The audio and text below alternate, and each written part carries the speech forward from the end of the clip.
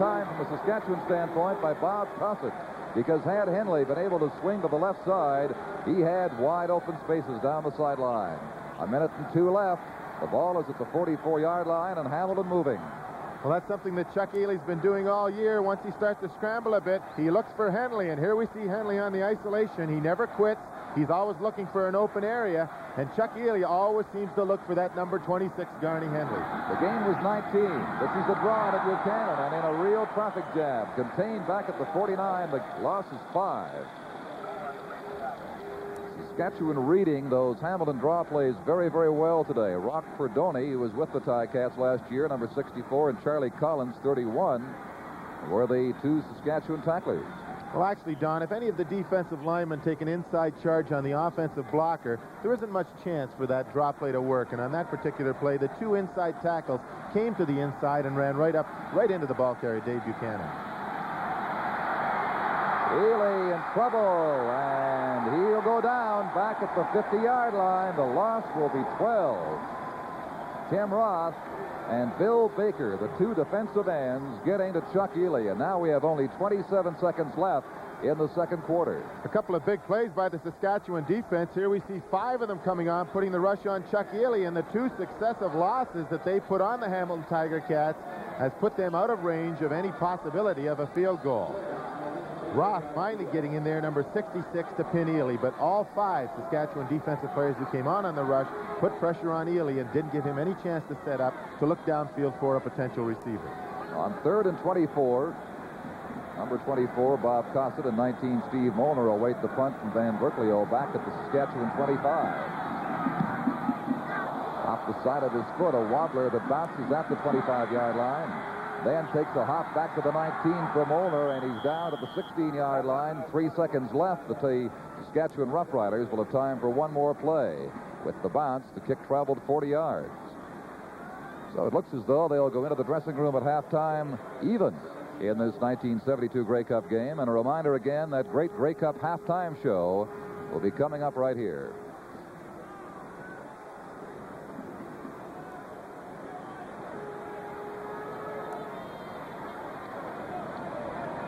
Bob Pierce comes out left. Gord Barwell, 71 to the right side. Thompson and Reed set behind Lancaster for what should be the final play of the first half. It's a handoff to Reed, swinging right, met by Angelo Mosca, number 68, near the 17-yard line. And that is all for the opening half of the 1972 Canadian Football Championship. The score is Saskatchewan 10 and Hamilton 10. We'll continue with our Grey Cup halftime show in just a moment.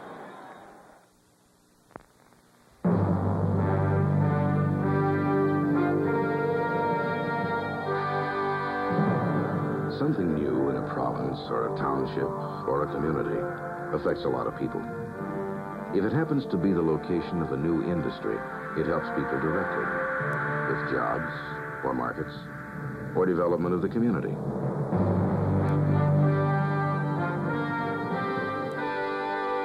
At CP Rail in our industrial development section, our job is to work with businesses and with communities to find the best locations for industry. That way, we think everyone benefits. And right now, a CP Rail industrial development planner could be helping to pinpoint something in your future.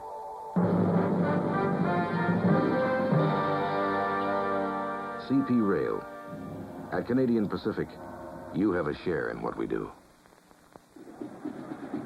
Well, it's halftime here at Ivor Wynne Stadium in Hamilton, and it's just a tremendous football game when you see the two really drastic styles of play where the Hamilton Ticats came out and controlled the ball for the first 5 or 6 minutes, and now you see the brilliant leadership of Ronnie Lancaster, his club down 10 points at one time, rallying to come back to tie it before halftime. And it's funny when you sit and watch a football game like this, your mind drifts back over the years, and it seems that in 1966, when the Ottawa Roughriders in Saskatchewan met in Vancouver, Ottawa jumped into an early lead, but that didn't bother Lancaster, and Saskatchewan went on to win the Grey Cup the final year that they did it, as a matter of fact, in 1966. But it's been really a fine football game. Very few penalties, real tough inside defensive play by both lines. some great offensive blocking to spring both Dave Buchanan and George Reed loose. And I think that everybody who's watching it, not only here in the stadium but also at home, would really appreciate the talents of these, the Grey Cup finalists for 1972. We've got a tremendous halftime show for you today. I know you're going to enjoy it, so let's go down right now to Ernie Afghani's. Right, Pat, and the 1972 Grey Cup halftime show salutes the CFL teams and the time they entered into the Canadian Football League. Now, each team will be represented by a float carrying their Miss Grey Cup representative. We have several bands on the field, a very spectacular show that I know you're going to enjoy. Now, the first group that will be honored will be from 1900 to 1924. Now, that was a great time in our lives. Football was just beginning, and everyone was having a lot of fun. The Grey Cup was born in this period in 1909 when the 18-inch high rod costing $48 was released. In this period, from 1900 to 1924, 4 clubs, the Ottawa Rough Riders, Toronto Argonauts, Saskatchewan Rough Riders, and Edmonton Eskimos were in existence under the names they still use today. And the Grey Cup was born in this period in 1909 when that 18-inch mug was presented by the 4th Earl of Grey. And this is the 60th Grey Cup game, so the CFL has come a long, long way.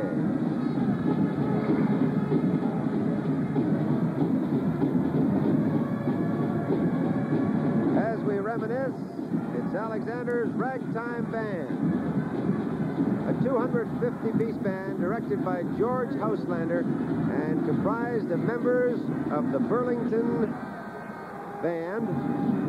That's a tour band, actually, the Hamilton Tiger Cat Marching Band and the Ontario Youth Concert Band, plus 120 dancers. Bob Gibbs' Grey Cup Rockettes, Betty Feast Flashettes, Dorothy Hurst Tigerettes, a 150-member color guard bearing both team and national flags will add to the pageantry.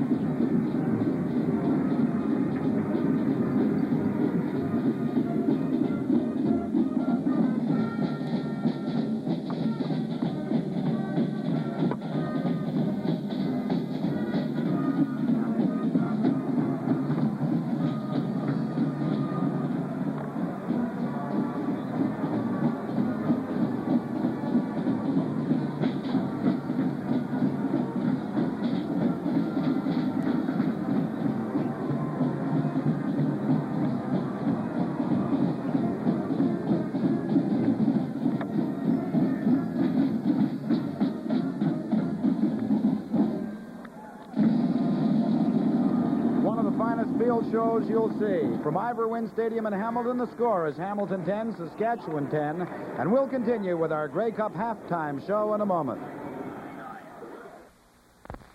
These CP ship's officers are approaching a difficult harbor. They use sophisticated navigation aids like radio position finders and radar, but it still takes real skill to maneuver our big new ships. Harbor engine's not clear, sir. Harbor port, full ahead. Harbor port, full ahead. Steering gears failed.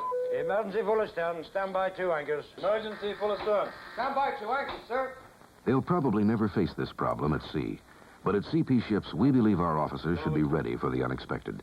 So we train them on realistic ship handling simulators.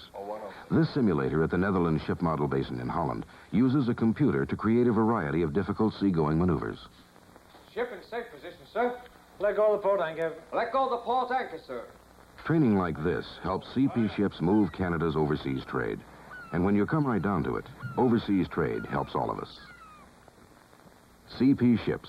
At Canadian Pacific, you have a share in what we do. This is the CTV Television Network.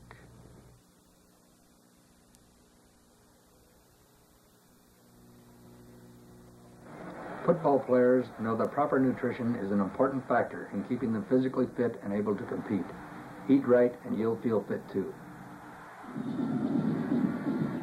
We are now into what we call the middle era of Canadian football, from the mid-20s to 1949. The Winnipegs, as they were known then, had won the Grey Cup here in Hamilton in 1935. Remember Fritzie Hansen? A year later, they took their present name, the Blue Bombers.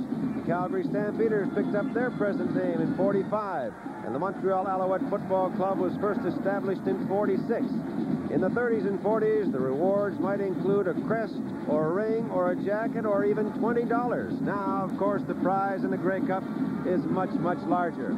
The music included the big bands, Glenn Miller, Tommy Dorsey, and the type of songs so evident in the movie musical songs such as Waiting and Waiting for the Robert E. Lee. The Depression and war years, times when people tried very hard to laugh in spite of everything.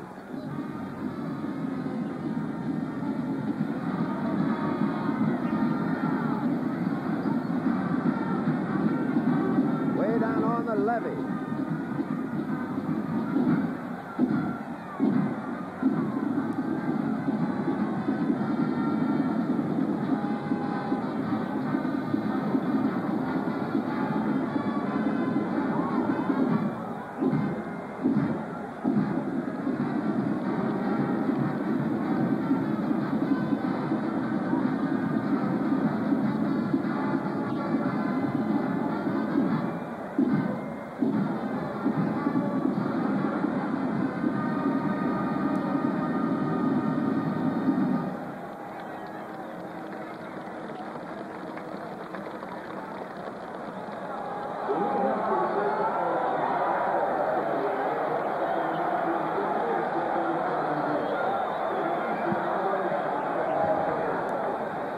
From Ivory Stadium in Hamilton, the score is Hamilton 10, Saskatchewan 10. The 1972 Grey Cup game continues in just a moment. There is a little car, Vega, that has some things going for it most other little cars don't. Vega has independent front suspension with coil springs on all four wheels to take on the toughest of roads. Vega has front disc brakes for sure straight stops when you need them. And Vega is powered by a 2300cc overhead cam engine that lets you move out when you need to. Chevy Vega, it's priced right in there. You know, I'm a bit of a swinger, but I guess you could tell that by my car. It's a 73 Chevelle, and it's got style. A little woman. She likes its room and comfort and economy. The little woman also says Chevelle is built for the family. Anyway, I'd do anything to keep the little woman happy. I mean, wouldn't you? Chevelle Laguna, the car you grow into, not out of. We now move to the so-called modern era of Canadian football, starting in 1950 and stretching to the present day. In the East, the amalgamation of the Hamilton Tiger Cats and the Wildcats have become the Hamilton Tiger Cats as the Canadian Football League's most successful team over the past years. Now in the West, the football soared over the Rockies with the birth of the BC Lions in 1954. Canadian football became big business, with costs of team operations rising from a few $100s to that $1 million fee. And from less than $3,500 the last time the Grey Cup was here in Hamilton in '44 to what it is today. And now we have that great search for player talent and the outstanding teams that you're seeing here in the Grey Cup. Well, that music in that era, rock and roll, Elvis Presley, Bill Haley and others, and the music has changed to the many varied groups of today who surface briefly, then in many cases are lost forever. There are songs of protest, praise. We've heard Joy to the World. And, of course, you're going to hear one of the greats of the past few years, Hello, Dolly.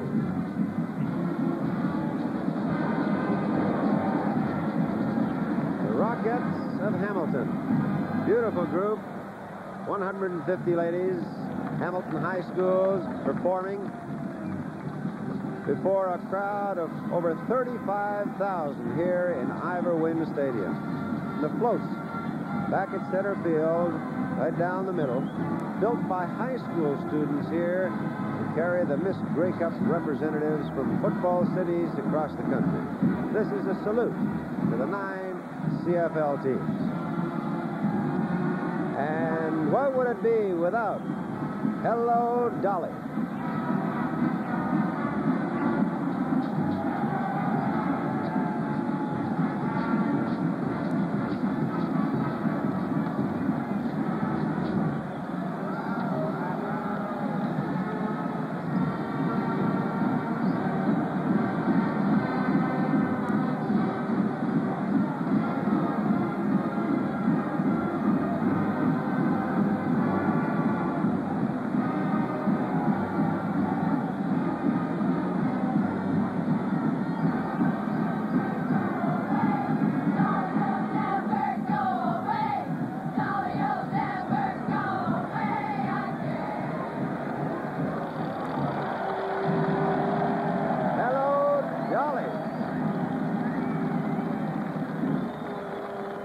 Well, our halftime show in a moment will move from the ground to the air for an unusual and spectacular double wind-up. They'll have one more short burst of Hello, Dolly before you see George Athens Jr., the world and national water ski and kite flying champion, demonstrate a spectacular exhibition of kite flying, landing at center field, followed by two skydivers, Bert Brown and Brian Harrington. And they're from the Hamilton Sports Parachute Club, demonstrating that they will come on a free fall for 10 seconds from 3,500 feet, open up, and hopefully land at center field. But first, all eyes will be on George Athens from Kelowna, British Columbia, who has combined the skis he uses so well on water to a delta wing kite. And the device is made of polydacron, aircraft aluminum, and stainless steel. With floats, believe it or not, its total weight is just 36 pounds, pardon me. Now, George is taking off from the east section of the stadium. He has changed his takeoff point because of the winds. Now, he was hoping to go to the top of the stadium, make a complete circle, and come back in through the center, but has decided that he will go over the scoreboard and down through the middle. Now, the plane flying at 3,500 feet above us, and they, too, are waiting for the signal as the two shootists, Bert Brown and Brian Harrington of the Hamilton Sports Parachute Club, will be coming in for their landing. Now, the crowd here is aware that all this is going to happen, and they're looking. George Athens with the cut. Now, keep your eyes on him. There he comes over the top of the east side. He's going to try and clear that scoreboard. No, he's moving into the right side of it, and he's coming in for the landing. Beautifully done. George Athens over the top of the stadium on the east side, came on the right side of the scoreboard. He did not have enough wind to carry him, but he did a beautiful job. World champion in water skiing. We're now looking into the skies for the two men from the Hamilton Parachute Club as they get ready to go.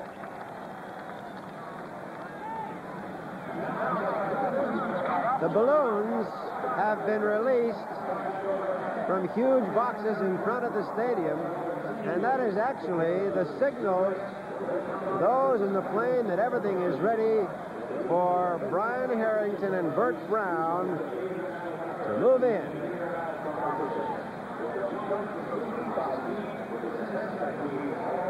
Earlier in the day, there was a threat of snow, but now the sun has broken through sparse clouds, in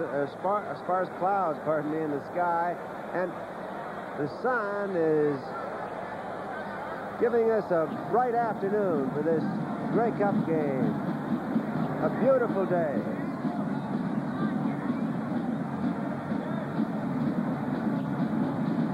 Now, directly above the stadium, we can see the smoke trailing that Cessna 180. And here they come. The two shooters have been released. They're in free fall, and the chutes have opened. Number 1 and 2. And the Cessna continues on. Beautiful sight. Harrington is carrying a smoke trail, and one is in white smoke, the other in blue.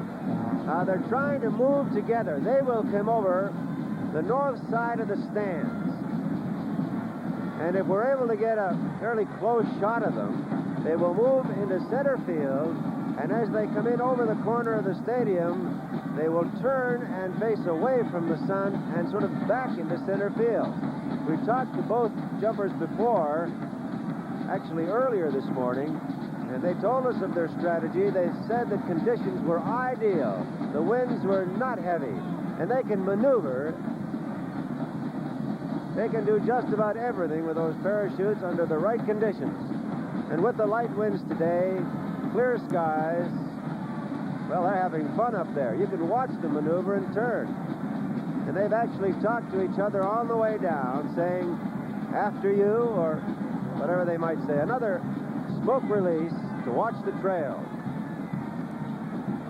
Bert Brown and Brian Harrington. They can't be more than 700 or 800 feet above us now.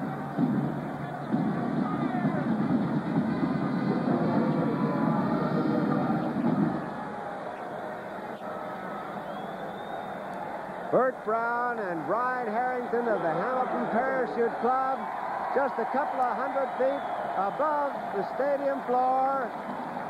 In they come. This is going to be a perfect landing. Look at this. Just as easy as you might have it. Look at him turn his back, as we said. Down and in. And he just missed that center field by 2 feet. Uh-oh. Right on top of us. He's coming right back into center. Look at that maneuverability.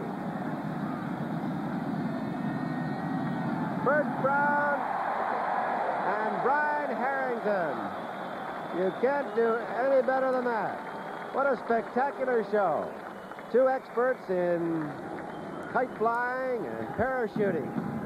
And we have some experts upstairs, too. Well, Russ, I don't know how we top that, but certainly as I stood behind you during the first half of play, there were a couple of observations that I noticed out there. Certainly the loose play of the Hamilton defense that you pointed out during the broadcast, and the fact that those deep backs are playing back so deep, something's going to have to be done at halftime. And certainly as you got into that second quarter, the masterful job that Ronnie Lancaster did at just moving that ball club down the field. Well, it's a typical Saskatchewan game where Ronnie is looking at it, trying to figure out what the pattern will be, and then he will go and take what you will give him. And that's what he's doing. That short passing stuff is his game now, and I'm sure in the second half we're going to see more of it unless Hamilton does some adjustment. Well, let's take a look now at some of the highlights that we had during the first half. And the first one was the Al Brenner interception. And I think that you commented the fact that it wasn't a very well-thrown ball. Right, he underthrew that, and actually we watched Al Brenner come back to intercept the ball, and number 17, Campana, had beaten him, and number 12 made the tackle. And shortly after that big break, we had Dave Fleming going into the end zone and beating Roy Robinson for the touchdown on a man-to-man defense. It was quite questionable whether he was in bounds there, Dave. Yeah, I think that we should take a look at that again if we can, because I was a little concerned that his foot might have been out of bounds on that play, but you had an official standing on the side. And of course, he's in a much better angle to take a look at it than we are. Right. And actually, the other big break for the Hamilton team was actually that punt block that they had when Pierce got a low center. We don't see it in the picture here, but the ball bounced to him. He tried to get the ball away, and the Hamilton defense coming on, and it appeared number 14, Bobby Krause, blocked it, and number 23, Williams, picked it up and moved it in for the field goal. Well, Russ, that's really a mental error to me, and we've had a couple of mental errors in that first half of play. We got a new ball game, second half. Congratulations on your first half. All right, the score is Hamilton 10, Saskatchewan 10. We'll return with our second half kickoff in a moment.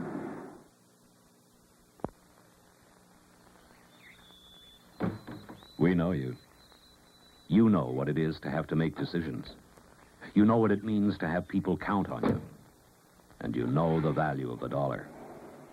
When you decide on a car, you decide on something that's going to have to earn your confidence. The '73 Chevrolet Impala is such a car. Power steering, standard. Power front disc brakes. Automatic transmission. Big V8. All standard. You are the sort of guy who thinks if you want something, you should earn it, not wait for a handout. And you expect people and things to live up to the same high standards you set for yourself. There's a word for this: responsibility. The 1973 Impala. We built this car for you and people like you because we never forget how much you trust Chevrolet. And now standing by to bring you what should be a fantastic 30 minutes of football, the football voices of CTV, Johnny Esau and Dick Chatto.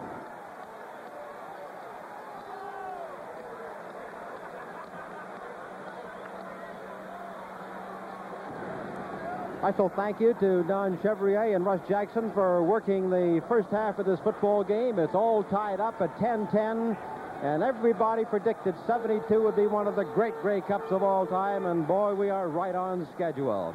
The Saskatchewan Roughriders will be sending back Tom Campana, number 17, and Bobby Thompson, number 26, to receive. Waiting for the kickoff from the far hash mark for the Hamilton Tiger Cats, the youngster who turned 19, Ian Sunter, number 36, and the second half is underway. That's Bobby Thompson from the 16-yard line. He was up to the 40 and down to the 42-yard line. Bobby Thompson for the Saskatchewan Roughriders, a 49-yard kickoff and a 26-yard return.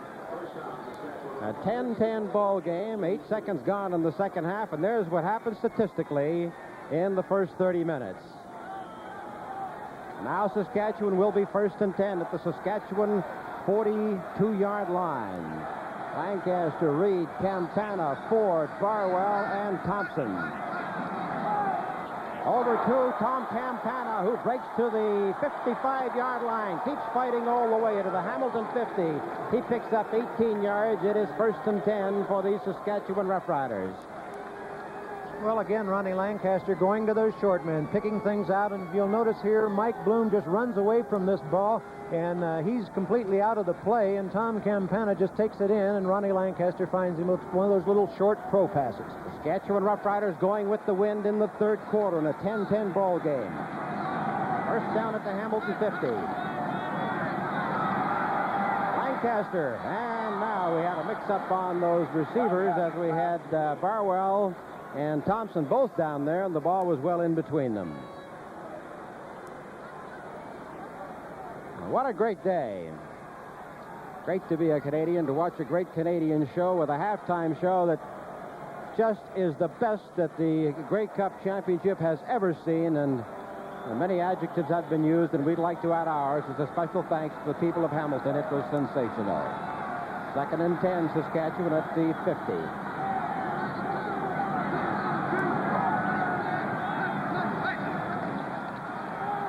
Out there to Campana, lost his balance down to the 46-yard line. Tried to recover, but had to settle for 4.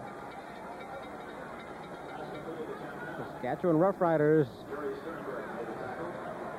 club that didn't do much blitzing earlier, did today.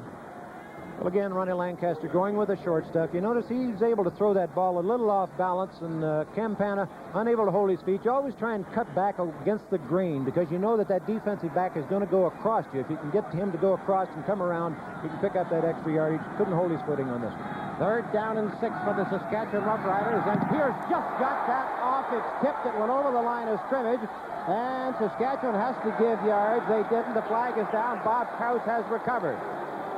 And so that ball, even though it was tipped,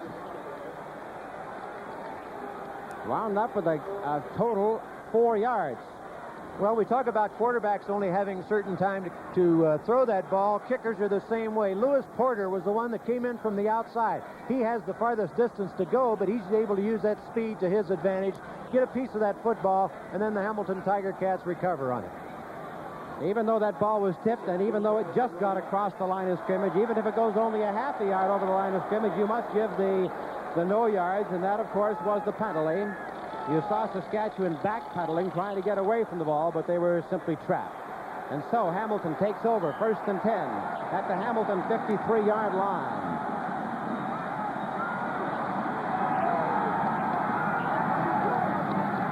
Buchanan. And Buchanan is hit by Rock Perdoni, Don Vanyuk, and Wayne Shaw. And he just got over that line of scrimmage, might have picked up about a yard on the play, maybe even less than that. Dave Buchanan has now carried the ball 11 times for a total of 23 yards, and he's only the second Tiger Cat to ever go over 1,000 yards in one season. Jerry McDougall was the other. Second down. Haley down the center, and it's good to Garney Henley, and he's up to the 38-yard line. Big first down for Garney Henley, 18 yards. Well, let's take a look at the Shinley Award winner, Garney Henley, on isolation. And when you have a zone defense, your defensive backs have got to react more to that ball as it leaves the quarterback's hand. You notice here that he's able to take it in. Just a little curl-in pattern, not really pretty as far as running a pattern is concerned, but it's effective. And so Hamilton moves to the Saskatchewan 38, 1st and 10.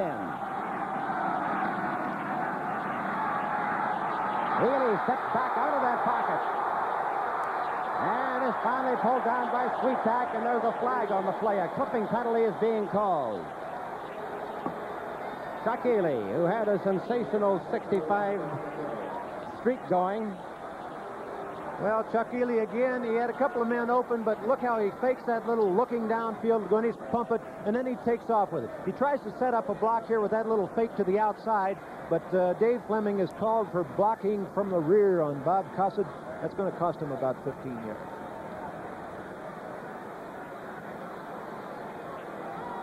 Ball is going to be marched back. There's the indication of the clipping penalty.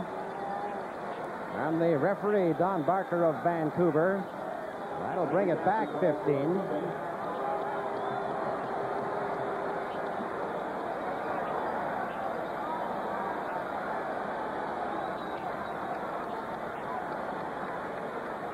Coming back from the original line of scrimmage at the 38-yard line. There's the indication of the clipping penalty again by the referee. It'll bring the ball back to the 53-yard line. It'll be first down over again, and 25 yards to go. 11:53 remaining in the third quarter of a 10-10 ball game. Porter is now out there as a wide flanker. Healy is hit by Wayne Shaw, knocked off balance, and Ted Tuschinski drives him out. Two former Saskatoon Hilltops teaming up to hold him to a gain of 2.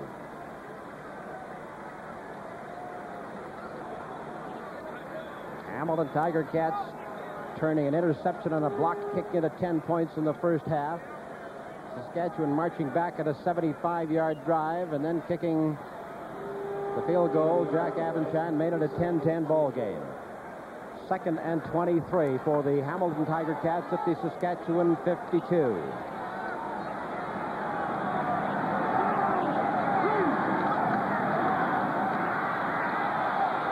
Healy getting long, time to throw to Henley, and he does not hold on. And Roy Robinson made a sensational recovery because Garney Henley, for a fraction of a second, had his hands on it, but not long enough to squeeze it.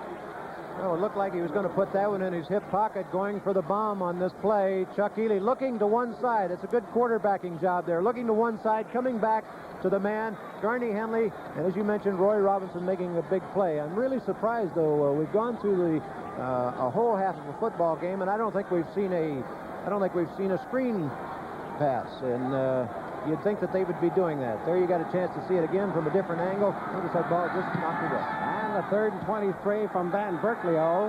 Kick is taken by Steve Molnar, and Molnar is down on the 19-yard line.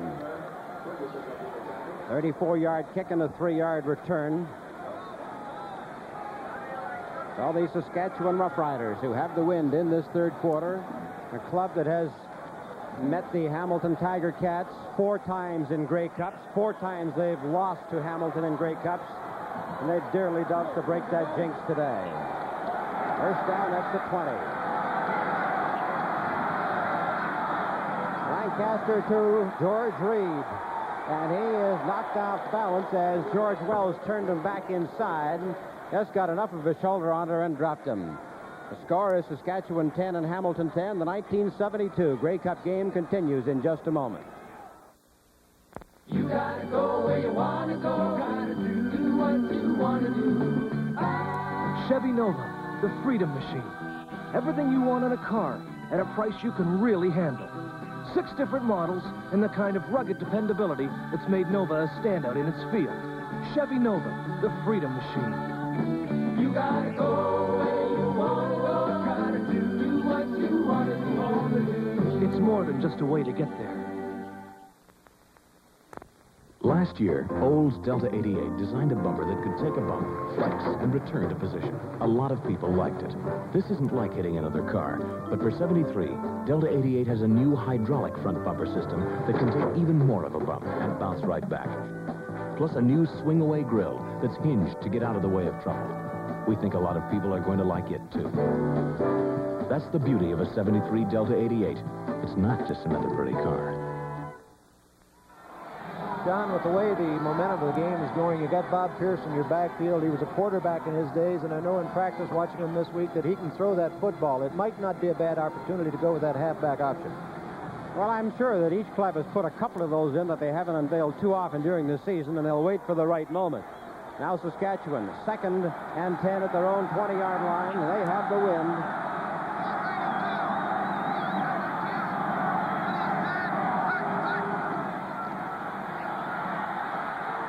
And there it is to Bobby Pierce. Look at this kid scramble. He lost his balance on the 50-yard line because that might have been the same one that when this season opened here on July 31st, he did that and went all the way with it. Well, I got half of it right. It was Bob Pierce anyway, even though it wasn't a halfback option. But Ronnie Lancaster looking to the outside, and then Bob Pierce taking it down and sort of squaring it across the middle, getting it inside of his receiver, and then putting that second effort on it to make a real fine reception. 31-yard gain, and the Saskatchewan Roughriders are first down at their own 50. 10-10 ball game. 9:48 remaining in the third quarter.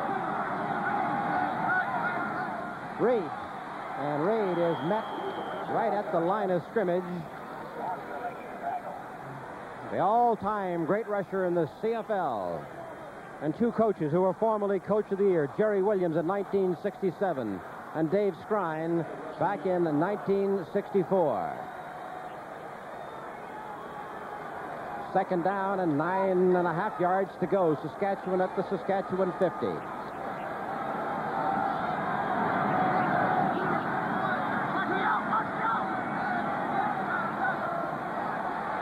Lancaster has to hurry that throw, and it's pulled down at the 46-yard line. There's a flag on the play. The pass is ruled incomplete. They ruled that he trapped the ball. And there might have been an interference call going downfield.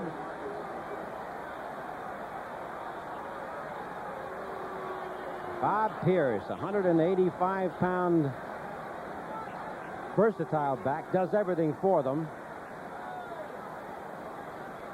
John, what happens, you find that your defensive backs give you the inside a little bit, and here they had that sort of switching pattern on again, and he was unable to complete the pass, but there was interference on the play on the far side, so they pick up the gain anyway. That moves the ball to the Hamilton Tiger Cat 48-yard line. It'll be first down and 10 yards to go for the Saskatchewan Roughriders as the leading trainer in years of service, Sandy Archer, looks on at the Saskatchewan bench.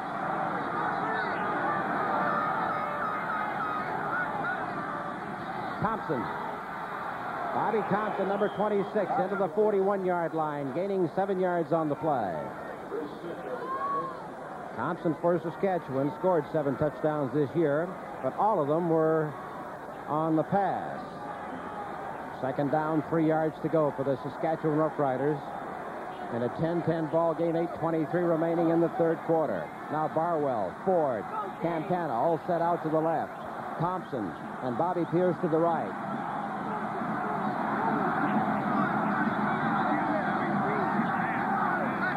George Reed, and Reed is hit behind the line, and he is dropped. Tried to follow the blocking in there of Gary Brandt. But Brandt was cut off, and he was held right at the line of scrimmage, so it'll be 3rd down and 3, and that'll bring out Jack Abenchan. Now, the line of scrimmage is the 41.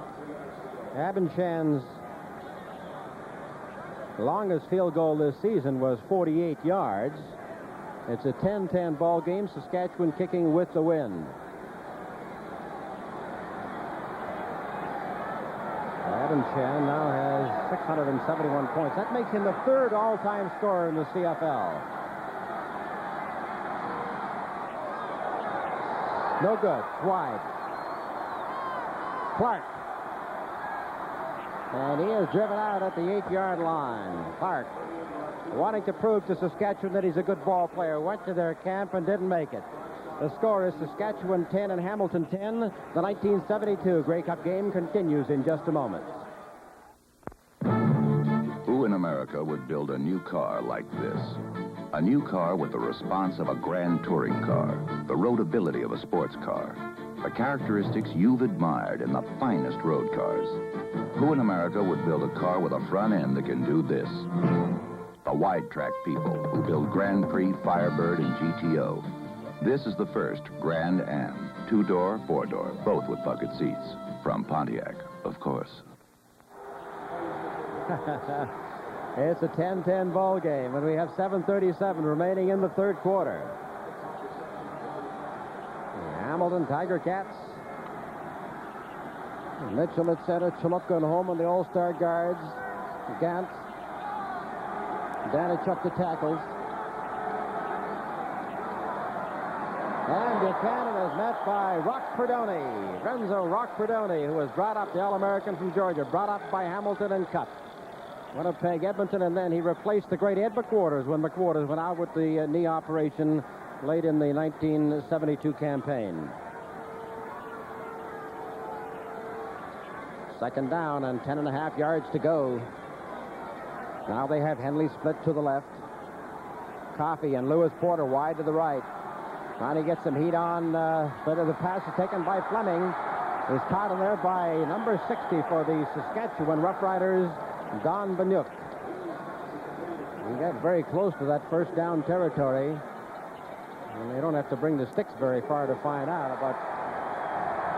Well, you see a good defensive rush here by Bill Baker, but the ball has gotten away to Fleming. But notice the second effort that Fleming puts forth. He's nailed back upfield, and he has to dive for about 3 yards to make sure that they got that first down. A big play. Give him 11 yards on the play. It'll be 1st and 10 now for the Hamilton Tiger Cats. The ball is at the Hamilton 20-yard line.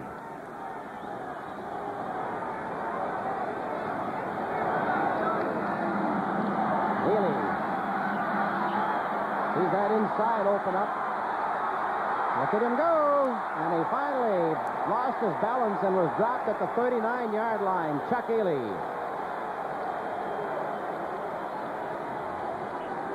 Picks up 19 yards along the way.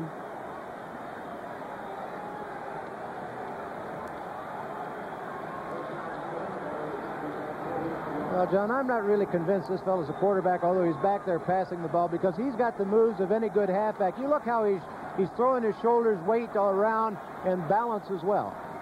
And he's picked up 51 yards running so far this afternoon. First down as the toss goes to Buchanan. And Buchanan has trouble trying to get to the outside as Roy Robinson and Ted Dushinsky come up to stop him for a gain of 4. Well, this 1972 season opened right here in Hamilton. It was Hamilton beating Saskatchewan 20-17 on a last-minute field goal. Bob Pierce and Lewis Porter gave us some heroics that day. Right now we have 5:25 remaining in the third quarter. It's a 10-10 ball game, and Hamilton is second down and 5 at their own 44. He gets outside the rush again, and he hits Garney Henley. Henley fakes to the inside, turned to the outside, didn't have any room to go. The sideline was right there, but he picked up 13 yards. Well, again, let's take a look at Garney Henley as he goes down, just looks to the inside. That's a real good fake to the inside. I think he noticed that the quarterback was rushed on the play and he was going to the outside, so he went to an open spot. Real good receiver will do that. Henley has caught 5 for 78 yards, and the Tiger Cats are first and 10 at the Saskatchewan 54. Going against a 15-mile-an-hour wind. The toss to Buchanan. And he's hit in there by Wayne Shaw, number 50. Then he got a little bit of help in there from Don Banyuk. He just got about a yard over the line of scrimmage.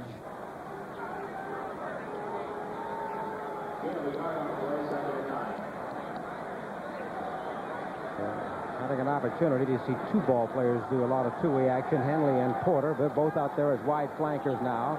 Second down, 9.5 yards to go for the Tiger Cats.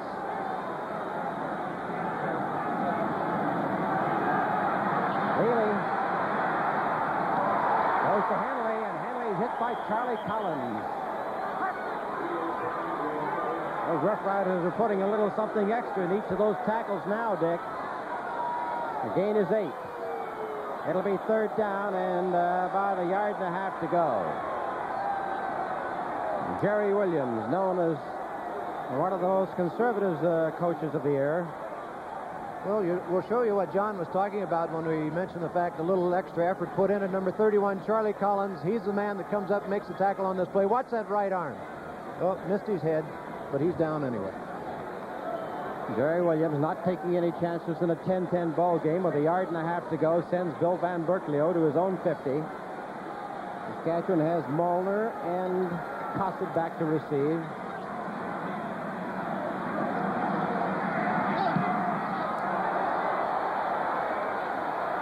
Molnar at his own 4-yard line. He hit by Tony Gabriel and dropped at the 5-yard line. That's a 42-yard kick and a 3-yard return. And so the Saskatchewan Roughriders come out onto the field, led by Ronnie Lancaster. Probably, when he went there in 1963, might have been the biggest bargain in the history of sport for $350. They've never missed the playoffs since. Now, Saskatchewan, first down at their own 5-yard line. 3:34 to go in this third quarter.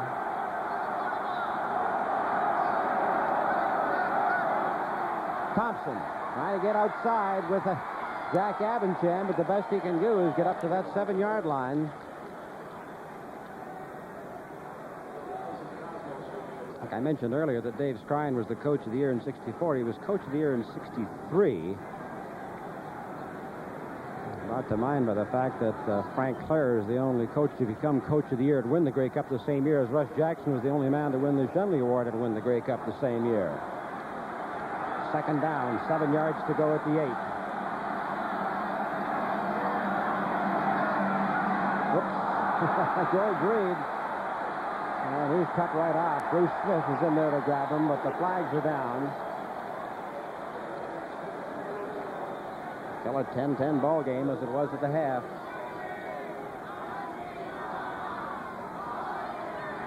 Well, we'll show you that back again. A lot of times your line, especially in a crowd like this, a lot of your outside men can't hear the cadence of the quarterback. In this particular case, Clyde Brock, number 67 on the right side, was the one that came across, and they were caught. Naturally, the Hamilton defense was up for that one, so they're not going to bother with the penalty. The score, Saskatchewan 10 and Hamilton 10. The 1972 Grey Cup game continues in just a moment.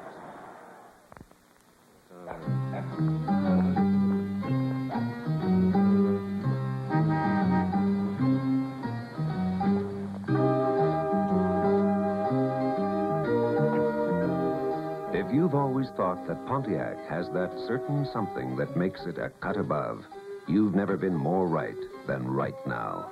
Even though it's priced right in there with the others, Pontiac really is a cut above.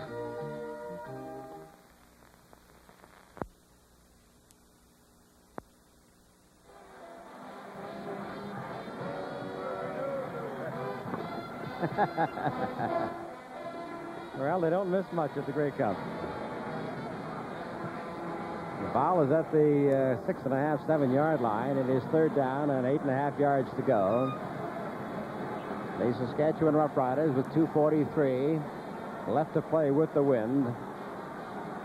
Strangely enough, that Hamilton defense has been able to stay real tough on George Reed, and in the last 4 carries, they have been able to hold George Reed to a loss of 2 yards.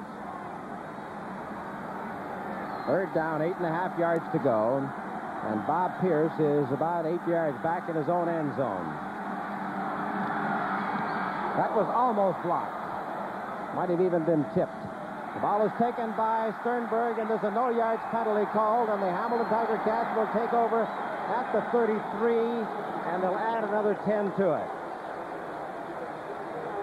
Well, we're going to take another look at this one. This is the third kick that the Hamilton Tiger Cats have had a piece of today. Here you have a split screen look at the receivers and also the defensive man going in. It's Bob Krause who got a piece of that football, and then, of course, the Jerry Sternberg was able to pick it up and the no yards called, so Hamilton's got it in great field position. And so the Hamilton Tiger Cats are first down at the Saskatchewan Roughrider 26.5-yard line. Healy is chased from behind by Tim Ross, throwing long down there, and it is knocked. It's intercepted. Roy Robinson. What a sensational interception. Brings it out to the 16-yard line. That's one of the great ones. Well, Bob Richardson is just wide open in the end zone. Ely sees him, and then he fires the ball to him. The only trouble is he doesn't really have that much on the football. He's trying to get it down there to him, and the ball is just popped loose. You take a look for yourself. You notice he's scrambling around there. He finds Richardson. He has to throw off balance. That's why there's not much on it. And then Ted Dushinsky knocks the ball loose. Roy Robinson picks it up. Saskatchewan at the 16-yard line, first and 10. As Lancaster looks away out there, and he's got Tom Campana up to the 26. Stopped eventually at the 27-yard line. Tom Campana. We might have seen just the top play of the whole ball game, John, because that play would have meant 6 points for the Hamilton Tiger Cats, and here Saskatchewan ends up with it. Saskatchewan picking up 11 yards, and the ball is at the 27-yard line, and it is first and 10 for the Riders. 1:14 remaining in the third quarter.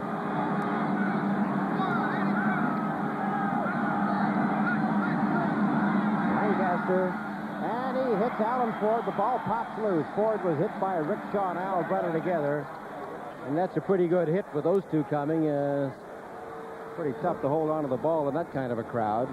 John, as you look at the Grey Cup records, you look at Alan Ford, and he holds two. He holds the longest punt record of 87 yards in the 67 Grey Cup, and he also holds the longest kickoff return, 78 yards in the 69 Grey Cup. His father was an old Regina Rough Rider back in the 20s. Second down and 10 to go for Saskatchewan at the 27. Lancaster looking over there to Tom Campana, and finally Mark Cosmos drives him out at the 47-yard line. Big first down as this 13-year veteran Ron Lancaster sits back there and starts picking his spots. Well, Tom Campana, just the most valuable player on this ball club, because when there's work to be done, Campana's usually the one, whether it be kickoff return or having to go down under a reception or carry the ball from the halfback position. A very valuable asset to these Rough Riders out of Ohio State. First down at the Saskatchewan Rough Rider 47-yard line. George Reed. He's driving. Look at him carry Al Brenner down to the 53-yard line, and that's very, very close to a first down. And some of the distinguished guests at the 1972 Grey Cup game, the Commissioner Jake Adair, Ralph Sazio right behind him, the outstanding coach.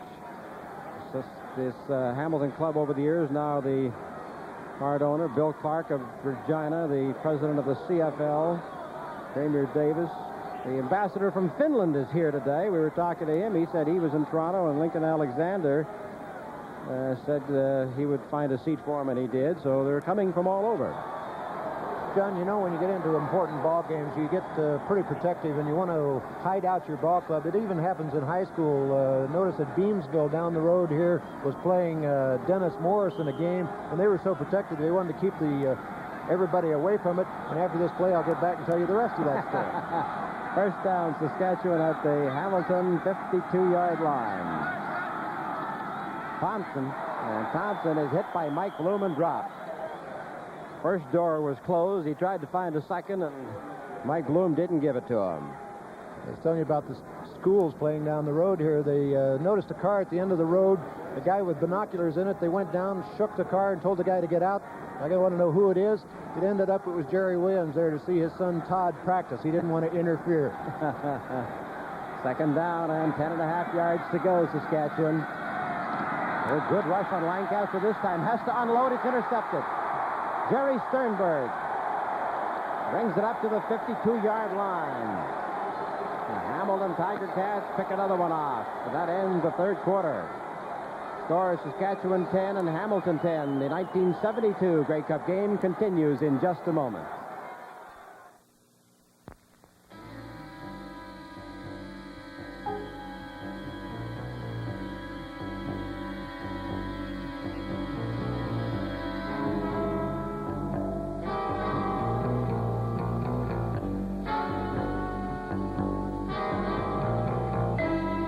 Sierra Grande.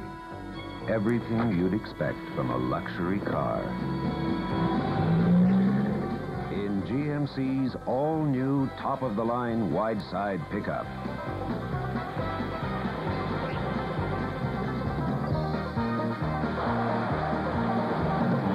A tight, rugged cab, handsomely styled. A tough, new suspension. The 1973 GMC Wideside with the Sierra Grande package. GMC, the big news in trucks for 1973.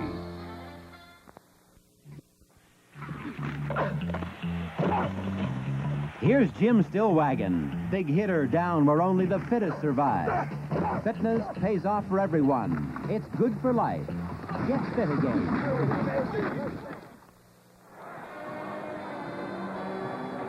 Saskatchewan held the ball for 8 minutes and 12 seconds during that quarter, and Hamilton 6:48.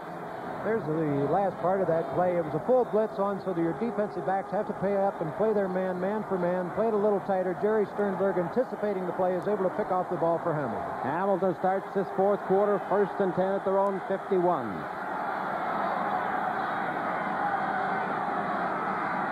The toss is to Fleming. And Fleming is caught in there by Rock Perdoni, number 64, and he's dropped after a gain of 3 or 4 yards on the play. Dave Fleming has carried the ball 5 times for a total of 17 yards. Well, the rock from Rock Perdoni is the fact that he isn't able to get in on a pass rush and get in there and use that height to his advantage to knock passes down, but certainly as well as as far as the lateral movement's concerned, you can't fault him in that department. Second down and 7 yards to go for the Cats at the 53. Healy takes a long look. In there to Dave Fleming. Now they're going to be forced to bring out the kicking unit. Shockingly, it took a long time to get that one out. Total possession in the ball game is very close. Hamilton has had the ball for almost just 23 minutes. Saskatchewan just over 22. So the score indicates the share of the offensive play. On this 3rd down and 7 situation, Van Berkeley at his own 40. Almost blocked in there by Tim Roth. That's Steve Molnar at the 15-yard line. Gord Christian had a piece of him, lost him, and then dropped him back at the 14. That's a 41-yard kick and a loss of 2 on the return. The Hamilton Tiger Cats, a team that has won 11 Eastern Championships and 5 Grey Cups in the past 20 years. They're in for the 12th time, which ties Toronto Argonauts for most appearances in the Grey Cup Championship. Saskatchewan Roughriders going against a 15-mile-an-hour wind. Will scrimmage 1st and 10 at the Saskatchewan 14-yard line. Barwell and Pierce split wide.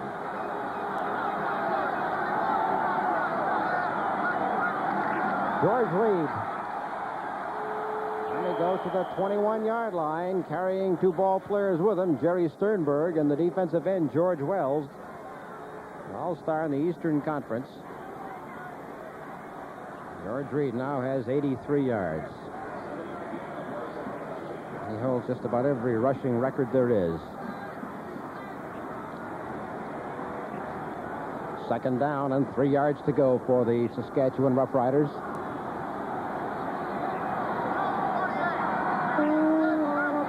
Let's come right back again to the 10-year veteran George Reed, and that's very, very close to a 1st down. But may require the yardsticks. Strangely enough, Dick, that wind hasn't meant that much, hasn't been much of a factor today. No, it hasn't, because we've seen a lot of the scoring done while we've had going against the wind. You know, this Hamilton Defensive Club is really something. They're really a together unit, and you talk to Angie Mosca, he can tell you just how much so they are, and especially when you get together and you talk about the defensive unit. He talks about Smith and Wells on the outside. He says, introduce these 2 fellows together because they share one brain together. And then he talks about number 65, Inskeep on the other side, his fellow that is beside him. He says, call him Thumbtacks. He's got legs like thumbtacks. Saskatchewan has a 1st down at the Saskatchewan 24-yard line in a 10-10 ball game. Lancaster to Reed, and Reed is met in there by Mark Cosmos. Now, he might lose a yard on the play. Mark Cosmos, a 242-pound, has just made his 6th unassisted tackle. He's made assists on 2, so he's been in on 8. He took exception to a remark that we made earlier in the season that he might not be big enough to stop inside running. He said, we'll show you. 2nd down and 10 at the Saskatchewan 24. Oh, that big blitz is on, and the pass was almost intercepted. There's a flag on the play. They were trying to screen George Reed. And in order to break up that screen, I think that Hamilton jumped the gun. Well, you see the rush from the ground level there, all those middle linemen. The only thing it didn't show you was just that the left part of your screen was that old Thumbtacks, Gary Inkeep, was offside on the play by about 10 yards. Thumbtacks at 258 pounds. 2nd down and 5 yards to go for Saskatchewan at their own 29-yard line. 11:32 to play. Lancaster way out there to Thompson, and he does not have it. Oh, he had a ton of space. That'll make it 3rd and 5. Well, those are the ones that drive you crazy. That ball just hangs up there, and you keep waiting for it to get to you. It's just floating down there, and he sort of tries to jump up in the air and grab the thing. He's so anxious he wants to get a hold of it, and consequently, your hands are like boards. You just can't hold on to it. Back to receive the fine punt return pair of Jerry Sternberg, number 33, and Dave Clark, number 15. They each dropped one on the opening game of the season here, and then between them only dropped once during the rest of the year. That was close to being blocked. They're getting tremendous rush. Clark at the 43. And he's hit there by Don Seaman, number 79. 38-yard kick and a 2-yard return. A fine Saskatoon product, Don Seaman.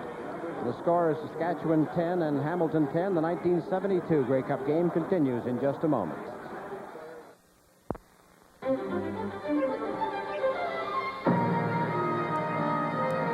All aboard with 50, signing on to have some fun.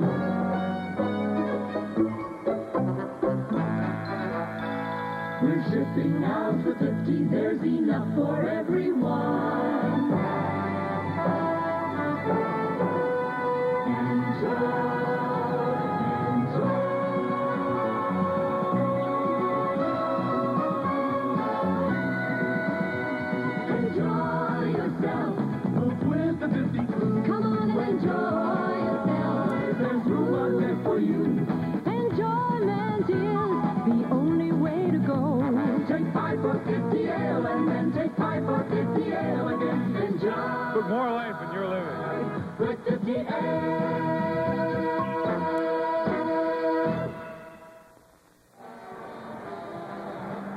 Great veteran Angelo Mosca says this is his last game as a professional football player.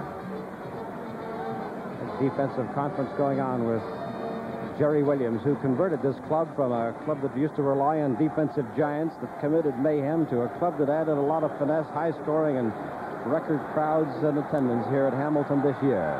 The Ticats are 1st and 10 at their own 45-yard line. Healy, he steps back inside that hole, hit by Charlie Collins, and then regained his balance and went out at the midfield stripe, and that should be enough for the first down. Chuck Healy, probably I think he's the greatest rookie ever to play in the CFL. Just a sensational year. Well, again, you get a chance to see Chuck Healy as he shows you that he knows what he's doing all the time. He knows where that yard mark is as he tries to come around this side and run right into you, just jumping over that yard mark to get that first down. Hamilton 1st and 10 at midfield, 10:31 remaining in the ball game, a 10-10 score. Healy over the center, and it is no good. Intended for Garney Henley, and Roy Robinson was there to almost pick it off. Henley, the all-time scorer in college football with his record of 394 points, said last year at the end of the year he hoped to play one more year so that maybe he'd get a chance to play offense, and what a chance he's had. Lewis Porter comes in. Now it'll be Porter, number 24, who'll go to the top of your screen, and Henley, 26, right there at the bottom. 2nd and 10. There's the long one down there for Porter, and it's intercepted by Lewis Cook. Here he comes, number 16, looking for blocking. And he comes all the way to the 50-yard line. There's a flag on the play, and didn't that one look like the one he pulled off against Winnipeg? There's a clipping penalty. Well, we were isolating here, or taking a look at Lewis Porter. As we look at it from the end zone, notice Chuck Healy, the play was sent in from the bench. Lewis Porter's going down deep, a post pattern, but Lewis Cook is there to intercept the ball. He takes it back upfield, but number 64, Rock Perdoni, is called there. As you notice, the body's going by. Here you get a chance to see Lewis Porter as he goes down deep, and Lewis Cook anticipating his move, just laying back there and making the play. There, right there, as the player went by, that was Rock Perdoni getting caught for clipping. Saskatchewan first down at the Saskatchewan 26-yard line. 9:38 remaining in the ball game. They give to George Reed, and Reed is hit by Cosmos and number 61, Bruce Smith. Bruce Smith played for Jerry Williams in Philadelphia, and then phoned up one day and asked for a tryout, and Hamilton came up and has become his starting defensive tackle the day he arrived. 2nd down and 9 yards to go. Saskatchewan at their own 27.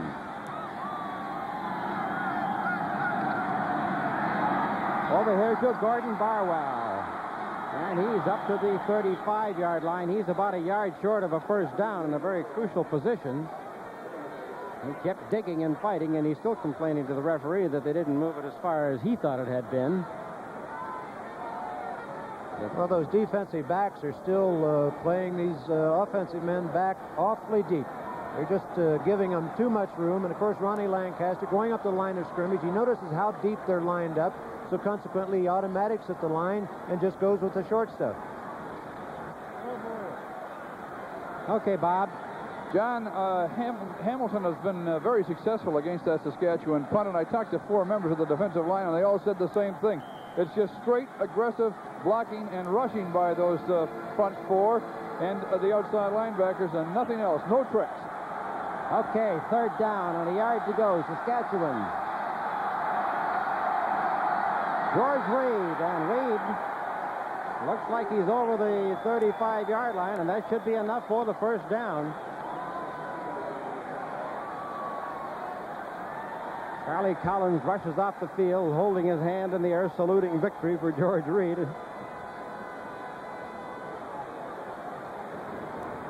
We have 8 minutes and 35 seconds left on the clock. you just got to see the last part of the power that George Reed had. You had all 12 men bunched in there just ready to stop anything that came through. But when you get George Reed with a full head of steam and got that body moving forward with those legs grinding it out, it's pretty hard to stop him from gaining a yard. For those who believe in omens, the Saskatchewan, at least the Hamilton Tiger Cats, made great comebacks in 1959, 61, and 64, and then they proceeded to lose all three of those Grey Cups. Right now, Saskatchewan is first down at the Saskatchewan 36. This is Bobby Thompson, and he is cut off from behind by Bob Krause, number 14. Just got over the line of scrimmage, might have picked up a yard. Bob Krause, a 9-year veteran who came right out of Central High School in Hamilton to the Tiger Cats, and he's calling their defensive signals for them. 8 minutes, 2 seconds left in the ball game. Second down, 9 yards to go. Saskatchewan at the Saskatchewan 37.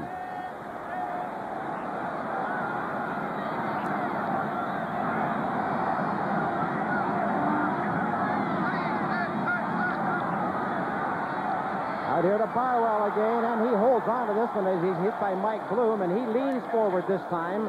And they move the ball back. They move the ball back, so again they're going to be third down at about 2 feet to go. I guess the officials are going to cut back on what I'd mentioned on one of our broadcasts earlier, the fact that according to surveys, any game played on artificial turf, you pick up an extra 10 to 20 yards because of the players bouncing off of the artificial turf.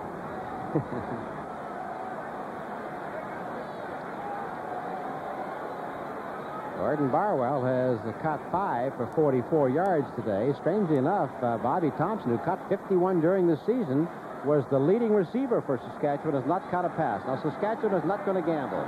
Bob Pierce is back to do the kicking.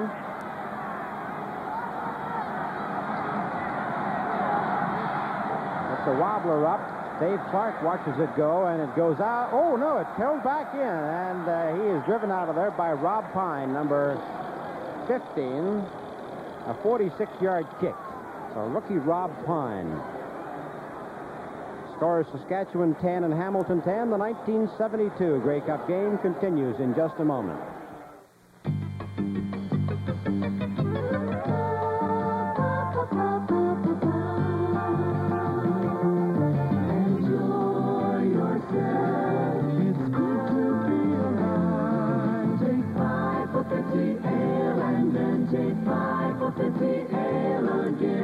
Put more life in your living. With 50 Ale.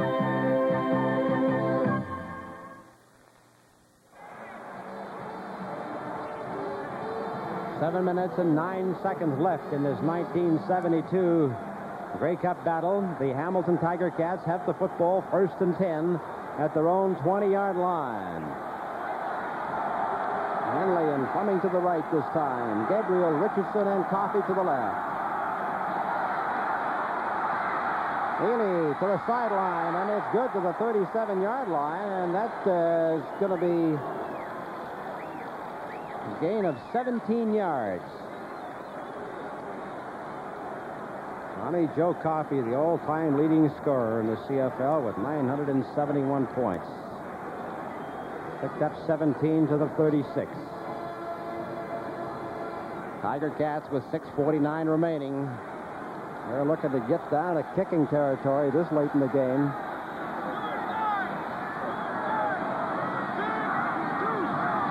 Oh, that rush is on Ely by Wayne Shaw. Turns it back in. Here's the pass out there to Buchanan. He's got it. Dave Buchanan.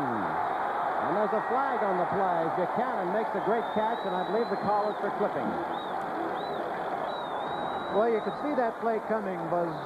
Buchanan had to swing out of the backfield. Now, what happens is the middle linebacker, number 51, Steve Sweetak, has to go over and cover him. Well, he committed himself too much so that the quarterback, Ely, was able to lead him. You notice him laying back there on the ground. Buchanan takes the ball in. The only trouble is it was a pretty play and has to come back. 15-yard penalty for clipping.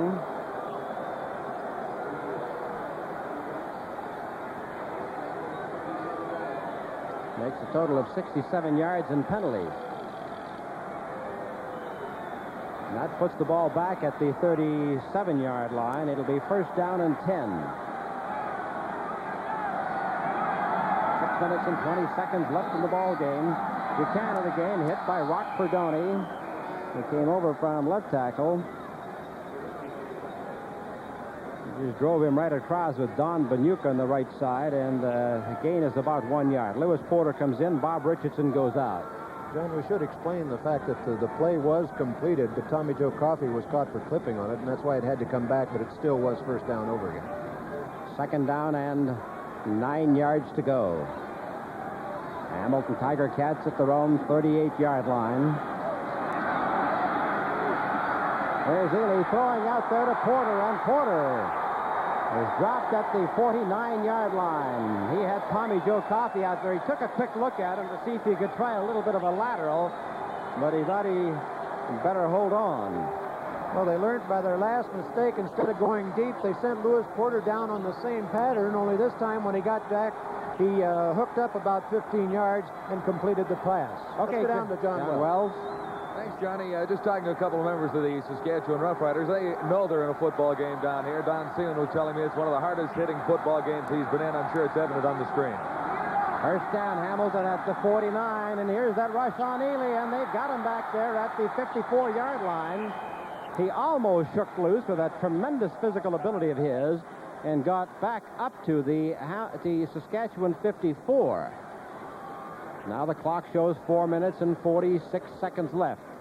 John, as you measure these two quarterbacks on their statistics, they're holding true. They're pretty even as far as the long gainer is concerned, the number of touchdown passes. The big story is interceptions. Lancaster threw 20 during the year.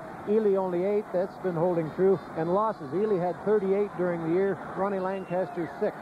Hamilton is second down and 15 yards to go at the 54. Ely is caught now and dropped. Bruce Bennett slowed him down, and finally Bill Manchuk, number 75, came in. Manchuk had just come in to replace Wayne Shaw, and they dropped him. That'll make it third down and about 14 yards to go. Well, with 4 minutes and 14 seconds on the clock, we'll have Don Chevrier and Russ Jackson warming up just in case it should go into that first session of overtime. Bill Van Berkeley from his own 44.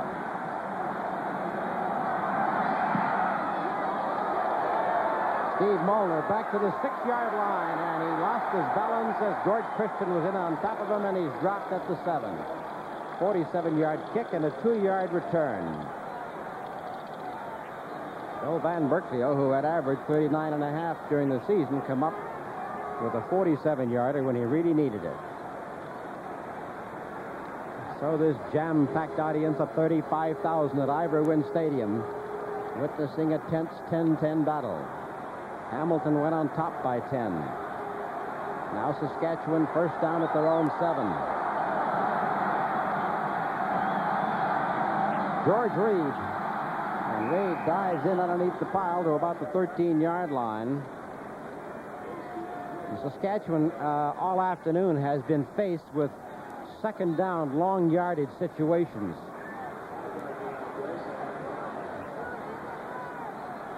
Second down and 5 yards to go for the Saskatchewan Roughriders. They're at their own 12-yard line.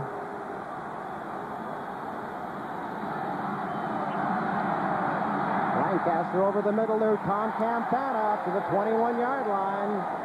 Catching it under tremendous pressure, and Campana has taken him out of a hole many times.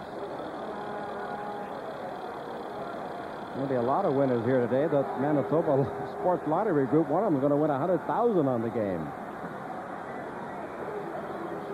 The score is Saskatchewan 10 and Hamilton 10. The 1972 Grey Cup game continues in just a moment.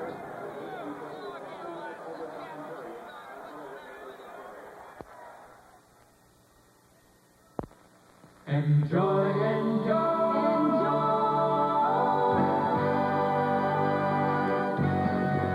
Come on to the 50 Fest. Welcome to the fun. Everyone knows when the 50 flows, there's room for everyone.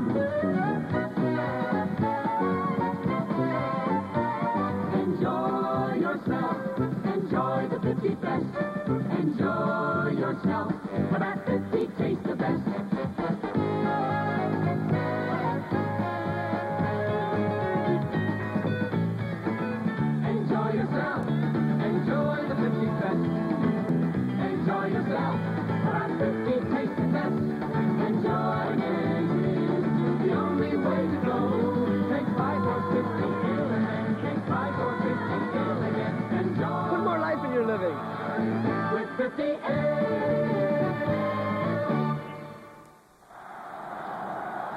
know, that gang of 2,900 out of Regina has kind of infected this crowd, and I think they're getting more support than Hamilton right now.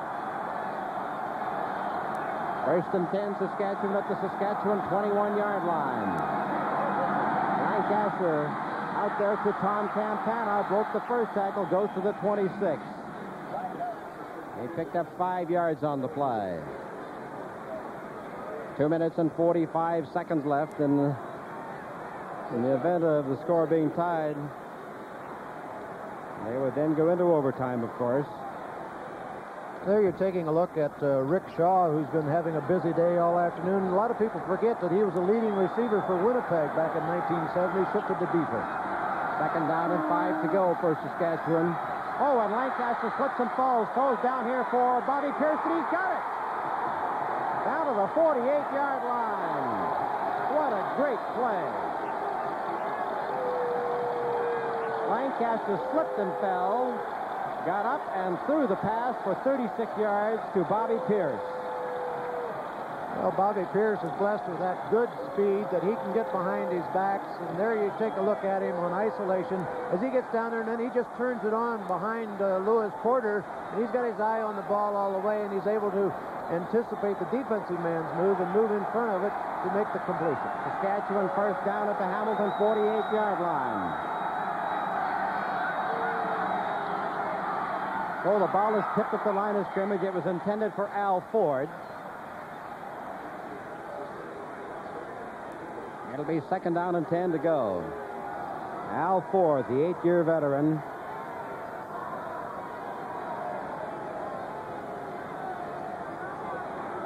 Lancaster has thrown 28, completed 20. There you see Ronnie Lancaster. He's a short quarterback, and once those linemen get their hands up there, and there's big Angie Mosca. He jumps up there and knocks that ball down. Second and 10 for the Saskatchewan Roughriders at the Hamilton 48.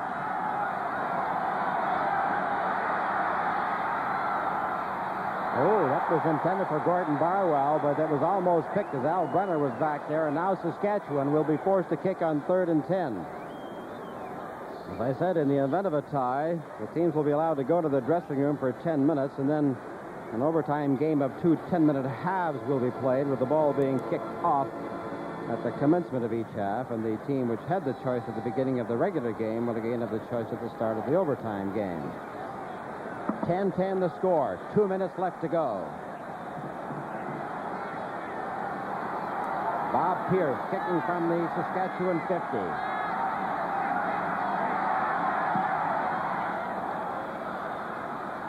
Clark at the 12-yard line. He's almost slipped through that pocket, but then Rob Pine dropped him.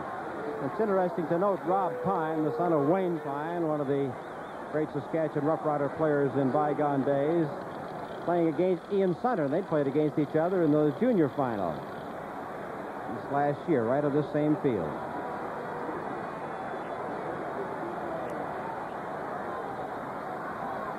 Now we have 1 minute, 51 seconds left. Saskatchewan, club that has never beaten Hamilton in 4 Grey Cup tries, going to have to hold them in here.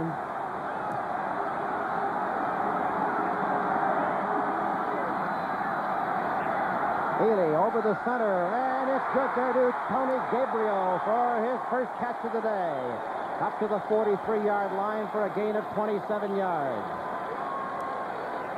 Well, Tony Gabriel, and I believe that's his first reception of the day, he just goes down the middle and he gets behind everybody and it's wide open. They get the zone defense where everybody was back deep, afraid that they're going to go deep on him. They're going to have to watch the short stuff, though, because all Hamilton has to do is move it down the field with the short stuff for the last try to kick. First down at the Hamilton 42-yard line, and this game has gone wild. Over the middle here to Tony Gabriel.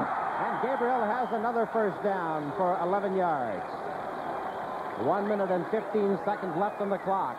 And the panel try to choose the outstanding player of the game and the outstanding Canadian of the game have not done so. The outstanding player will receive the Labatt Award and a new car. The outstanding Canadian will be honored with the Dick Suderman Award by Canadian Pacific 2 Trips Anywhere.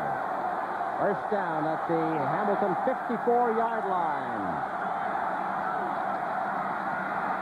Healy rushed Throws out there, but he throws low. Intended for Dave Buchanan. And there we have the 10-10 ball game. 58 seconds remaining. Chuck Ely has completed 16 out of 27 for 259 yards. Ronnie Lancaster has completed 20 out of 28. Super day of quarterbacking. And Greek defenses to meet it. 2nd and 10 at the Hamilton 54. Ely again over the middle. It's good to Tony Gabriel, and he's down to the 42-yard line. 51 seconds left in the ball game. 15-yard gain for Tony Gabriel, who picked up his 3rd catch of the day. Now has 53 yards. Well, what's happened is that the end is getting free. The linebackers are not dropping back deep enough and covering their area. Notice Steve Swiatek there just sort of gliding back and then reacting to the ball, but that's too late. Your deep men have to be deep because they're afraid of getting burnt, so consequently Chuck Ely is going with the short stuff and working it down the field, working Tony Gabriel to his advantage. Lewis Cook with the injured ankle, and this could be very costly for Saskatchewan because the Hamilton Tiger Cats, now with 51 seconds left in the ball game, have plenty of time to figure out what their remaining strategic offense might be. Saskatchewan Roughriders